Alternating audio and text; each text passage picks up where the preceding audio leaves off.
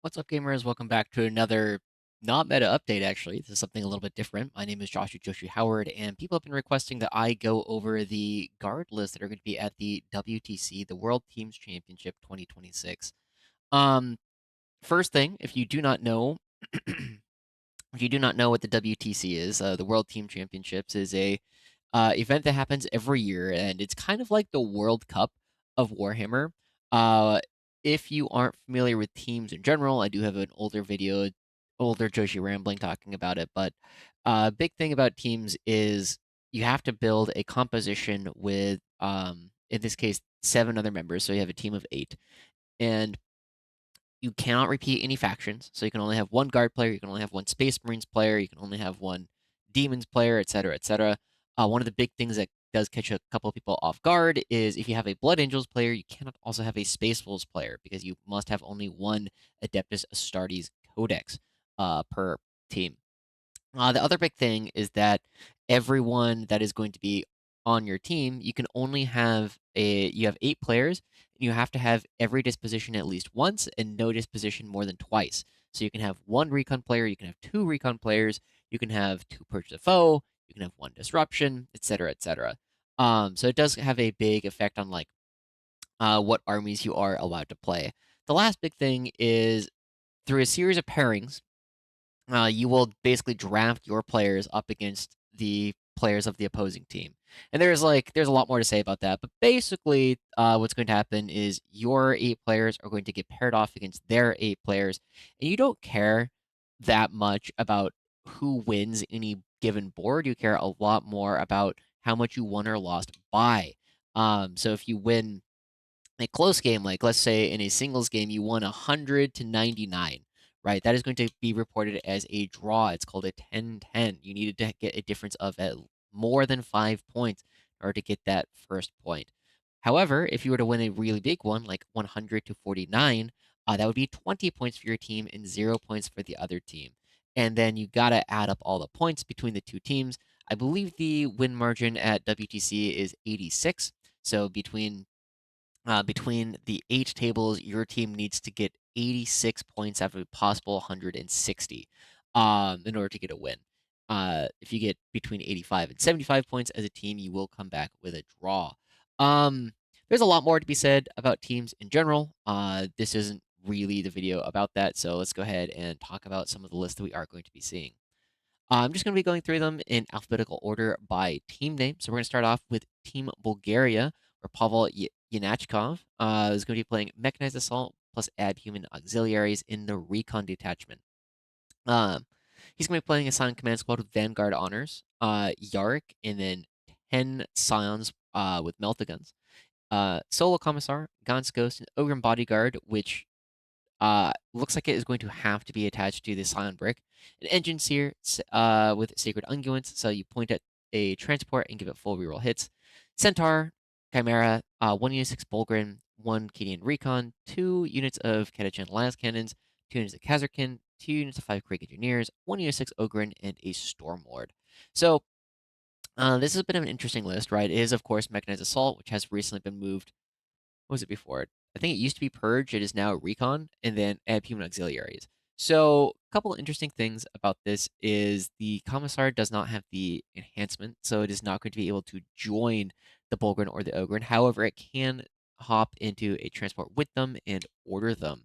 And there's a couple cute like combinations in this list. The first one, of course, is the Scion Command Squad with Yark, 10 Scions, and the Ogrim Bodyguard can all fit inside the Stormlord. And it's got a massive firing deck, so this can all shoot out the hatch from the Stormlord. The other thing is, I believe, I'd have to double check, but Ogrin is 18. I don't think you can fit all of them at the same time. But you do have the Scion Command Squad with Yark and the Scions, and then you have Unit 6 Ogrin. You have a bunch of Catachan Las Cannons. You got a bunch of different things you could potentially choose to put in the Stormlord. And the Stormlord has been like, it's an interesting piece because the big thing about it is the Stormlord has one of the best rules of any datasheet in the game. At the end of your opponent's movement phase, if the Stormlord is empty, you can go ahead and basically like suck up one of the units that is nearby. But if there's a single model inside the Stormlord, You can't do it at all. Um, one of the interesting things about this is, of course, the way that you can like interact with Yarok and say like Kazarkin or something, right? Because at the end of your opponent's movement phase, you are going to be triggering a bunch of things. The first one is Kazarkin, as an example, got out of the Stormlord and they're going to hop back in using the Stormlord's ability. Then Yarok can use the reactive move to hop back inside the transport as well. So there's a way to get like a lot of your army back inside the Stormlord. The other big thing is the Stormlord can get reroll hits from the entrance here with Sacred Unguents, I believe. Let me double check that. I don't want to be saying false things on this video. I'm a little bit tired. As you guys probably know, I recently got back from Australia. My body is still trying to figure out what time zone it's in. Sacred Unguents.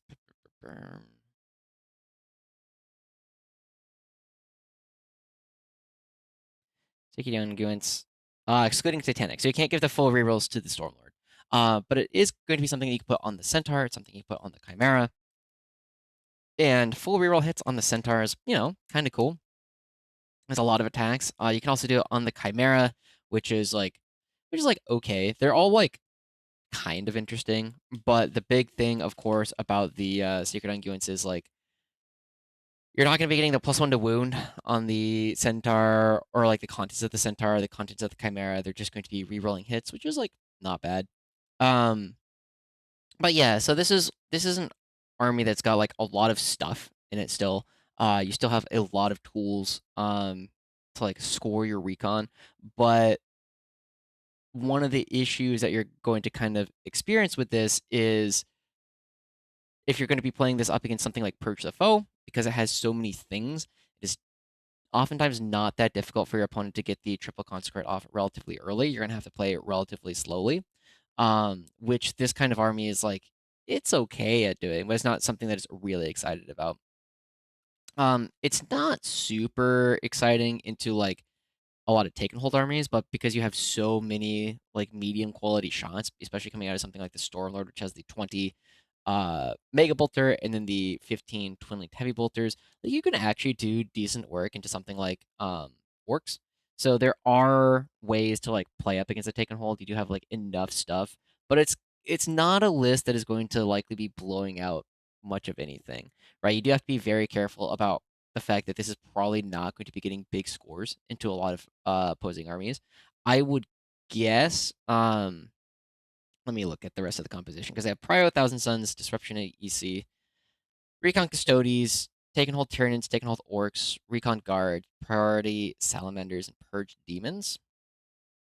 Yeah, this feels like something that is going to be like relatively stable into a lot of armies, but the big thing, of course, is you have to be very careful about what your opponent can do in relation to the Stormlord. It is T13, 2-up save, probably 4-up invul most of the time. But if your opponent can just deal with that, this army can have some problems in general. So it is a bit of an interesting list coming out from Team Bulgaria. We'll see exactly how they do. We're going to move on to John Winter Russell, who's playing for Team Canada, and he's going to be playing similar. So Pavel was playing Mechanized Assault with Adhuman Auxiliaries, which has the Armor of Contempt for the Bulgrin, and the Take Aim on the Commissar, and the Surge move on the Bulgrin. So it's like, it's kind of interesting. But here for Team Canada, he's going to be playing Mechanized Assault plus Bridgehead Strike and Priority Assets. So this one cares a lot more about like the middle objective. And this is going to be kind of similar, but it's going to be playing the game fairly differently. It's a Silent Command Squad with Yarok Tensans with a volley gun, Graves on foot with a Silent Command Squad, the Bombast Vox enhancement, and then 10 Silents with a Melt-A-Guns. One Silent Command Squad, 5 more Silents with a Melt-A-Gun. Gaunt's Ghost, Nork, Deadog, Ogre Bodyguard, and Engine Seer. 1 unit of 10 Krieg, 1 Chimera, 2 units of 5 Krieg Engineers, 1 unit of Krieg Flamers, Aquilons, 1 Armored Sentinel, and a Stormlord. So once again, the Stormlord popping up here for WTC. But one of the big differences between this list and the one that we were just looking at before is the fact that it is in priority assets instead of in recon. And so one of the big things that you do have to keep in mind with this is the fact that the Stormlord does want to kind of make a really big tempo play. One of the most common things you're going to be doing with this is you're going to be putting Scion, with Yorick and Nork Deadog in the Stormlord. And you're going to be trying to create a really big like push in the middle, right? The Stormlord will push up. You will hop out all the Scions. You'll try and kill whatever is threatening the Stormlord, and then you will threaten to hop back into the Stormlord afterwards. Of course, one of the big things that you can do with the Scion Yark Brick that I didn't mention in the Pavel part of the video is, of course, the fact that um, you can use the Yarick ability to do the counter strategist and shoot something that comes close with like a second Overwatch, and then use the Stormlord ability to pick up the Scions afterwards. So if you only have the one thing hopping in and out, Yarick is a pretty darn good thing. Um, Other than that, though, this is just trying to create some pretty darn big like tempo plays. You do have the Scions, one big brick and one small brick. Graves on foot with a fallback, shoot, and charge, as well as the Bombast Fox, is something that kind of can just come in, can give can be a potential rapid ingress tool, but it can also be the thing that is going to be hanging out near the Stormlord because you can do like the Overwatch, like a normal Overwatch with the Graves brick, and then still pick 'em up with the Stormlord. So you can do like this, the free Overwatch with Yark. You can do the paid Overwatch with Graves, depending on whether or not you want the Meltas or the volley guns, depending on what part of the board you want them on. One of the interesting things about this, though, of course, is again that you are going to be really playing for that middle objective. That is what priority assets tends to do.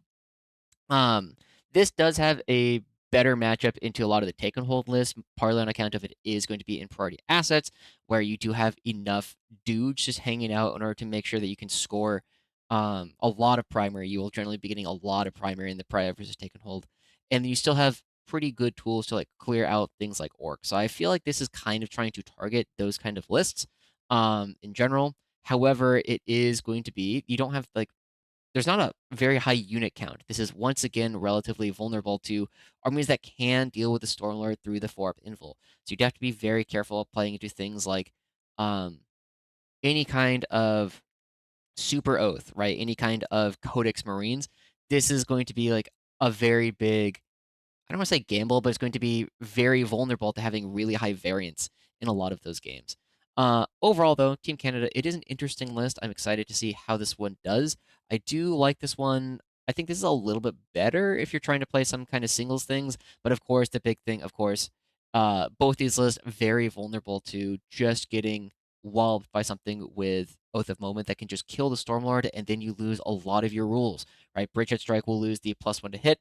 Mechanized Assault will lose the +1 to wound, so you will do a ton of damage on your turn. However, after that, if the Stormlord does die, the game can become very questionable very quickly immediately afterwards. All right, moving on. Team England, we have Ed Watts, member of 6++, playing Siege Regiment and Bridgehead Strike. And this one is a bit of an interesting list, right? This is very heavily inspired by things that we have seen from Wesley St. Hines and Tucker Rickey of Art of War. It is the Siege Regiment plus the Bridgehead Strike, and this one is going to be played in Disruption. One of the big things that people have been looking for, of course, has been what is the disruption player on the team going to play? And there's been a lot of different answers. We see some teams bringing Empress Children. We see some teams bringing Guard. We see some teams bring Tyranids. I think there's at least one disruption orcs, but it's something, there's a lot of different options available in order to try and make this happen. This one, though, is going to be Ed Watts playing for Team England. Notably, Nassim Fouchain, who is also a fantastic guard player for Team England, is playing Raven Guard. But Ed here is going to be bringing a Scion Command Squad with flash grenades. I believe that's the cannot be overwatched. 10 Scions with a Meltagun. A Cadian Castle with Eager Advance. That's the Scout 6 enhancement with Cadian Command Squad.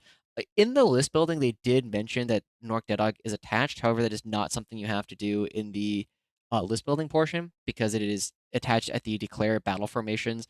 Nork Deadog, Crypto Thralls, Eldar, support weapons, anything that says like in the declare battle formation step, you can join a thing. Still joins. You can still technically do it game by game.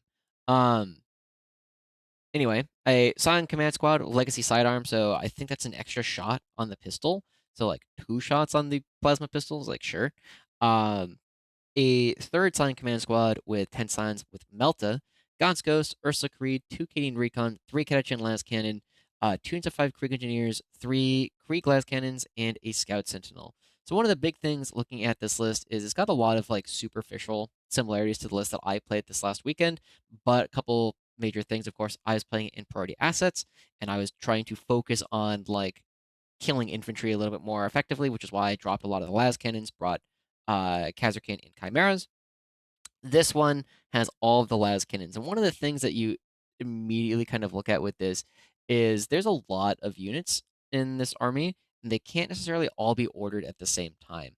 You do have to be a little bit wary of where the Keating Castle and the Keating Command Squad is going to be. But if, for instance, that does die relatively early on, if your opponent has the reach in order to come get that unit, say you're playing up against Emperor's Children, and the Emperor's Children, I can't remember if it's the Infractors or the Tormentors, whichever one like infiltrates or like scouts and like the Rhino comes up, and then you get the charge into the Caden Castellan, um, this can lose a lot of orders very quickly, and that does mean they have to be a little bit careful about it. So something like Emperor's Children, I think, does have some tools up against this kind of list. Um, the Eager Advance is interesting. I'll be honest, I don't know the disruption maps super well off the top of my head because I have not played a ton of disruption. But one of the big things about this is the 6-inch advance or a 6-inch scout does get you onto your natural every single time, and it gets you into a lot of like the center objectives. So if it's a lot of split objectives in the middle, you can oftentimes sticky 3 things if you go first. But if you don't, it is kind of what it is off on the side. This is a reasonably well-rounded list overall. I do think it has some weaknesses to, good precision, especially like reasonable melee precision like Emperor's Children, but they just have a lot of precision in general. But other than that, it looks fairly similar to some other things we have seen in the past. You still have a lot of cheap things to go do stuff. The one thing that you do have to be very wary of with this kind of thing is Disruption does have a lot of missions where you do want to flip their natural on a specific turn. And so you have to be very wary of the fact that when the Scions drop in, they're probably going to want to rapid ingress in order to make sure that they can go touch the objective on the turn that you want them to. Ed Watts, I know, is a very strong player. I'm a little bit surprised that there are multiple teams choosing to take guard as their disruption option, but this is, an army that has a lot of ability to do actions, has enough damage that you can like force your opponent to kind of stay back. Um, so we'll see how it goes. Ed Watts has been a fantastic player, and I'm curious to see how this performs. Moving on, we have Team Hong Kong, where Gabriel Lung did not go 5-0, but has not happened yet. Playing Combined Arms and Bridget Strike in Take and Hold. So going to be a third option. So we've already seen Recon, Priority Assets, Disruption, and Take and Hold. So we've seen 4 different positions already taken for guard at WTC. Gabriel here is playing Yarick with a Scion Command Squad and 5 Scions with Meltas. And Cadian Castellan with a Cadian Command Squad and 20 Cadians. No Nork, no Ogre Bodyguards. They're a little bit more vulnerable to the precision. 1 Scion Command Squad with 5 Scions with Melta. 1 Scion Command Squad with 10 Scions with Meltas. A Graves Mobile, so the Graves in car. A Rogothorn Commander, 1 Centaur, 1 Chimera, 2 Kazarkin, 2 to 5 Krieg Engineers, and a Scout Sentinel. So there are some options where you could put Scions in the center of the Chimera, but those seem to be relatively reserved for the Kazarkin. The Inquisitor Cotiaz is a very interesting piece here at the end. I'm a little bit surprised that it is going to be making its way into any guard list in general. One, because uh, most other like Imperial armies do make better use of agents than we do. However, if you take a look at the composition in the bottom right, there are no other Imperial factions in the what do you call it? In the composition. So there's no competition for that. But Inquisitor Cotiaz with the farming CP on a 2+ whenever your opponent does is okay, but we've got enough Vox casters around that it's usually not super relevant. And then the one other thing about Inquisitor Cotiaz that I think is kind of interesting is, of course, that Cotiaz has that like ignores cover, but he picks it at kind of a weird time. Uh, when he actually does use the ignores cover ability, it happens in your command phase, and it needs to be something within 18 inches. So it's like you kind of have to play him a little bit closer than you potentially want to. And it does have like, he's got the 6 up invul and 4 up invul against psychic attacks and demon attacks. So it's like It's kind of interesting. Like maybe this is joining like the Scion command squad with 5 Scions. You can put it in a Centaur or a Chimera. Um, yeah, it's a bit of an interesting list. There's a lot of Scions here. There is like a reasonable amount of damage, but one of the big things about this kind of list, of course, is the fact that it is being played in take and hold. And I'm not sure how well this plays the take and hold game plan. It's you've got a lot of stuff. Like you can try and flip your opponent's natural fairly well with like Chimera Kazarkin, Silent Rapid Ingress, Krieg Engineers. Like you're okay at the like denying some of the objectives, but you have to be very careful about like what happens if your opponent is able to flip yours with a Cading Cast and Brick, right? Because if they're able to flip yours, it is really, really hard to take back if they are able to precision out the Castellan. So that is one of like the major things about this army that I'm kind of curious to see how it does. It being in take and hold, like maybe Kotiaz is the one who like kind of stays back and like just make sure that anything that touches the objective does end up having cover stripped away from it. You can use the Scions in order to kind of deal with that. Um, yeah, it's a lot of similar things, lots of Scions coming out from this. But the big thing is this does feel a little bit more vulnerable than some of the other guard lists that I have already shown you guys. Okay, let's move on. We have Team Poland, where we have Jacob Skark Witrowski. I'm going to go with that. Sorry to any Polish viewers. Witrowski is how I'm going to go with it. But more importantly, Skark. If you do not know who this player is, if you have not been following the Warhammer 40k scene for a long time, Skark is one of the most successful 40k WTC players of all time. As far as I know, I don't think he really plays singles basically at all. Poland is generally a country that focuses very, very heavily on teams events. And I believe he's been on Team Poland basically every year that he's wanted to for the past decade or something. He's very successful, is continuously coming back and forth. And so whenever I see a list that Skark is playing, you always have to like you have to reconsider some of the things you were thinking about before. But Skark is playing Mechanized Assault with Bridgehead Strike, again, similar to what we were seeing before. Um, Bulgaria, kind of. There's been a lot of Bridgehead Strike in general. Anyway, Yark with Scion Command Squad and 5 Scions. A Primaris Psyker with Scion Command Squad and 5 Scions with volley guns. Scion Command Squad with 5 Scions and volley guns. One Solo Commissar, Gaunt's Ghost, one Centaur, 3 Chimeras, one Taurox, and a Taurox Prime. 2 Kazarkin, 2 units of 5 Krieg Engineers, 1 unit of Krieg Flamers, 2 units of 3 Ogren, a Solo Basilisk, and 2 Scout Sentinels. So, this is really interesting in general because it is still going to be in recon. You are still going to be very good at doing all the actions that come with that. And you have a couple of like hammers, right? The big thing here is that the Primaris Psyker with the Sun Command Squad and the 5 Sons in a Taurox Prime, or getting out of any what do you call it? Getting out of any transport and then using the stratagem to get full reroll hits, full reroll wounds. Uh, that does a ton of damage. It is going to be doing a lot of damage to anything, kind of regardless of what it is. However, the rest of this army is a little bit like it can deal with vehicles in a reasonable way. However, you are going to be struggling to deal with something like monsters. So you have to be careful. You don't really want to pair this. Like it's okay into demons. You can get like the 2 units who are fully rolling hits and wounds against like the big demons. However, the 4-up intervals does make things relatively swingy, and of course you don't have the Meltamines doing 2d3. Um, but there's a lot of pieces in here that will swing up, right? You have the Ogren that can hop out with +1 to wound, actually, do a fair amount of damage. The Kazarkin, same thing, hopping out of a transport, doing a fair amount of damage. Gaunt's Ghost hopping around. Basilisk going to be slowing things down a little bit. Yeah, I think this is a really interesting list. It's relatively well rounded. I am curious to see how this does in general. One of the big things is it's got like a little bit of issues playing up against players who know like don't put your hard targets, don't put your land raiders, don't put your land forts, just keep them off of objectives.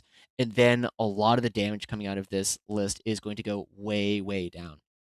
So against armies that know that they can like use things like scout marines or cultists to go stand in objectives, and then it will force a response from mechanized assault like Ogren or something, you can play this like longer trading game against them. But against armies that can't really do that, like say something against like knights or like custodies, where they just have to put like very heavy hitting our units, very expensive units on objectives relatively early, you are going to be able to prey on them as well using those scions, using the Kazarkin, giving them the full reroll hits and wounds.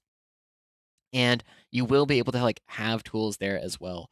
So I am really interested to see how this does overall. It is again a recon guard list, very able to go push buttons. But one of the big things about this, as compared to like this one, where this one feels more like a, I'm going to try and get like close games quite often, and you need to protect this one a little bit because it does have the Stormlord, and you need to be able to protect the Stormlord a little bit. This list feels, I'm not gonna lie, I think this list is really interesting. So we'll see exactly how this one evolves over the course of the event. Skark, again, fantastic player. Poland, again, a country that continuously comes back with very cool ideas in how to play 40k in the meta in general. And this is definitely an opportunity to showcase what they can do. Okay, moving on, we have Team United Nations. So the United Nations team is put together at events where you have an odd number of like country teams, and they are there in order to make sure that there is an even number of teams, make sure that there's no buys, especially for people who are traveling across the world. And Team United Nations, one of the big things is I believe they have players from 8 different countries. I played against the Canadian representative Team UN. I believe David Smith is an American playing for Team UN. And here, David Smith is playing a Mech Assault plus Bridgehead list, just like we were looking at with Skark. He's got a Silent Command Squad with Bombast Fox and 5 Silence with Meltas. Silent Command Squad with Vanguard Honors, 5 Silence with Meltas. Silent Command Squad with 5 Silence with Meltas. Gaunt's Ghost, 2 Toraxes, 3 Torax Primes, 1 U of 10 Rough Riders, 2 units of 6 Bulgarin, 1 Cadian Recon, 2 units of Kazarkin, and 2 units of Aquilons. So, one of the big things about this list is it's a little bit less flexible than some of the other lists we've taken a look at before. The 3 Torox Primes basically just have to have the Scions in them. You don't really have anything else. Gaunt's Ghost can't go in them. I guess you could put the Aquilons on them if you really, really wanted to, but you have to have something in them. They have reestablished that you need to have something in the dedicated transports. And then the 12 Bulgrin are kind of interesting. One of the big things when you take a look at this as compared to some of the other lists is the unit count is a little bit lower, partly because you're spending 400 some odd points on 12 Bulgrin here. But the 12 Bulgrin can be that first wave. They're going to go out, touch an objective, be like, hey, I'm going to do the action here. Can you kill this? And anything that is going to go out and deal with the Bulgrin, you're going to try to react to them with the Scions. Anything that's going to be able to kill Bulgrin in one go is generally going to be something the Scions are going to be loving to hunt. So there are lots of tools. There's a lot of mobility here. Once people get out of the transports can go around and like push those buttons for you. And the Aquilons will allow you to play a very dynamic game in general. So there's kind of a push and pull here between the dynamicism of the Aquilons and all the Toroxes and the static gameplay that the Bulgrin tend to provide, whether they are going to go stand somewhere in one spot. So this is an interesting list, of course. Um, it does have a couple of tools. Like there's no it doesn't feel like there's as much like fail state available to this one as some of the others that we have seen before, but the success state also feels a lot lower because of it.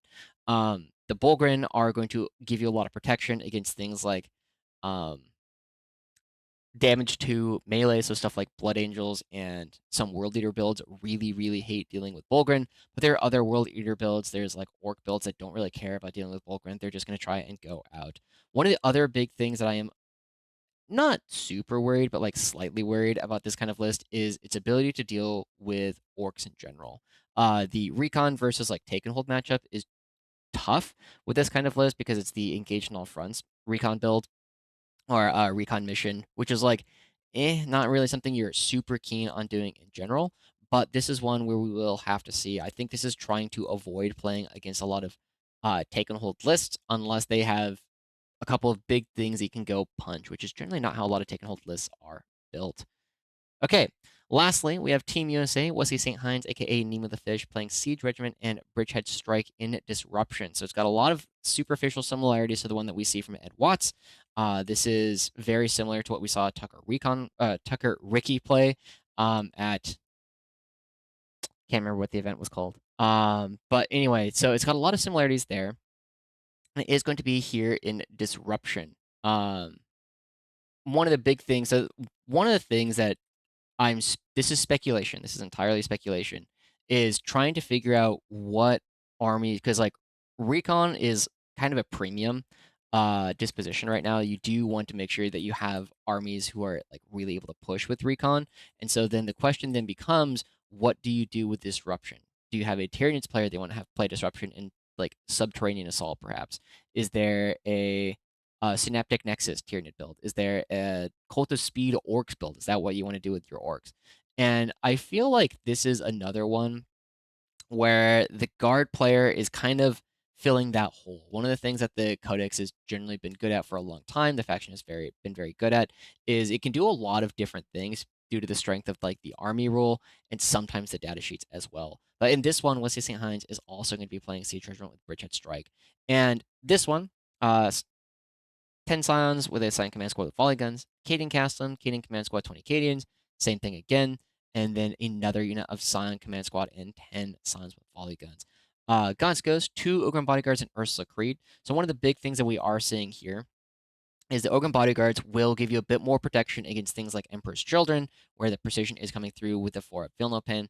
And then the other big difference is the fact that Wesley does have Ursula Creed here, as compared to Ed Watts. Ed Watts also has it. Um, sorry, the difference is actually that the Cadian Castle and the Cadian Command Squad has 3 orders, whereas the Silent Command Squads only give out 1 apiece. So they can order themselves, but they aren't necessarily going to be able to order anything else in the list. You have 2 Cadian Recon Squads, 3 Catachan Lance Cannon, 1 unit of 5 Krieg Engineers, 3 Krieg Lance Cannons, 1 unit of Colons, and a Scout Sentinel. So there is a lot of volume coming out of this. It is just a lot of very efficient bodies in general. You have the 3 units of Catachan Lance Cannons, so you can get 9, 18 from the Krieg, 19 shots of Lance Cannon going out per turn if you really wanted to. And then some of that will shoot on death, some of that's going to be rerolling once to hit and wound in targets that you care about. This one on Disruption, again, one of the big things that we look at for Disruption lists is, can it flip your opponent's objective on the turn that it wants it to? And with the 2 Cadian Castle bricks, the answer is almost always going to be yes.